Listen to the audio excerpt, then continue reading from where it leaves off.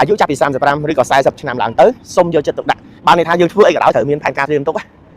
បើយើងអាយុ50គាត់បានត្រៀមទុកមុនគាត់មានជំងឺឈាមគាត់មានជំងឺទឹកនោមផ្អែមគាត់បាត់បង់ចំណង់ផ្លូវភេទសុខភាពគាត់ទ្រុឌទ្រោមមែនតើអញ្ចឹងសេដ្ឋកិច្ចរបស់គាត់មានការថយចុះអញ្ចឹងស្ថិតតែអាចត្រៀមលក្ខណៈទុកមុនបានដូចគ្នាតែហេតុអីមកយើងបានត្រៀមទុកអញ្ចឹងនៅពេលដែលយើងអាយុចាប់ដើមពី30ឬក៏ចូលដល់40ហើយរឿង3ដែលយើងត្រូវអនុវត្តទី1ផ្លូវចិត្តទី2ផ្លូវកាយនិងទី3តើតើនៅរបបអាហារនេះសំខាន់មែនទេ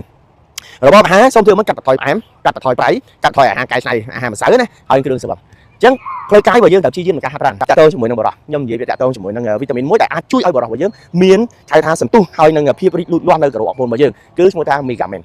នៅក្នុង Mega Man ហ្នឹងវាទៅ boost immune system របស់យើងបាទធ្វើឲ្យប្រព័ន្ធរាងកាយរបស់យើងតាក់ទងមកខួរក្បាលរបស់យើងតាក់ទងមកអរម៉ូនរបស់យើងបាទហើយអ្វីដែលសំខាន់ជាងគេដែលខ្ញុំបាននិយាយមកគឺបងប្អូនរបស់យើងគឺតាក់ទងជាមួយនឹងអរម៉ូនផ្លូវភេទបាទតាក់ទងជាមួយនឹងចំណុចសំខាន់មែនតើដែលវាជួយធ្វើឲ្យរាងកាយរបស់យើងធ្វើឲ្យអរម៉ូនរាងកាយរបស់យើងវាចាប់ដើមមានការហៅថារក្សា maintain អញ្ចឹងនៅពេលដែលយើង maintain នឹងបានសុខភាពរបស់យើងរឹងមាំអញ្ចឹងសំណួរសួរថាបើសិនតែយើងអាយុ40ហើយ50ហើយ60ហើយយើងនៅតែមានស្ថានភាពរឹងមាំបងប្អូនសប្បាយចិត្តអត់អញ្ចឹង Mega Man នេះគឺជាចម្លើយដើម្បីជួយដល់បងប្អូនដើម្បីធ្វើយ៉ាងណាឲ្យសុខភាពរបស់យើងឲ្យលក្ខណៈបុរសពេញណាពេញលក្ខណៈបាទអញ្ចឹងកុំឲ្យដល់ពេលយើងអាយុដល់អាយុ50មិនទាន់ទេយើងចាប់ដើមមានការទុនជ្រាយចាប់ដើមមានផលប៉ះពាល់ហើយនៅពេលដែលអរម៉ូនមានការថយចុះហើយបងប្អូនគ្រប់យ៉ាងទាំងអស់គឺប៉ះពាល់ទាំងអស់អញ្ចឹងសំខាន់មែនទែនចំណីអាហារផ្លូវកាយផ្លូវចិត្តរបស់យើងអញ្ចឹងបើនិយាយពីអុកមុនហ្នឹងវាមានច្រើនណាស់ដែលយើងចាំបាច់ត្រូវការតែអ្វីខ្ញុំចំណុចសំខាន់ពីសិនថ្ងៃនេះខ្ញុំចង់និយាយពីបរិសុទ្ធនេះយើងតាក់ទងជាមួយនឹង Mega Man អញ្ចឹងវាជួយ boost immune system តាក់ទងជាមួយនឹងអុកមុនធ្វើឲ្យរាងកាយរបស់យើងធ្វើឲ្យសុខភាពរបស់យើងបាទមានសារភាពរឹងមាំបាទអញ្ចឹងពីខ្ញុំទៅវិញ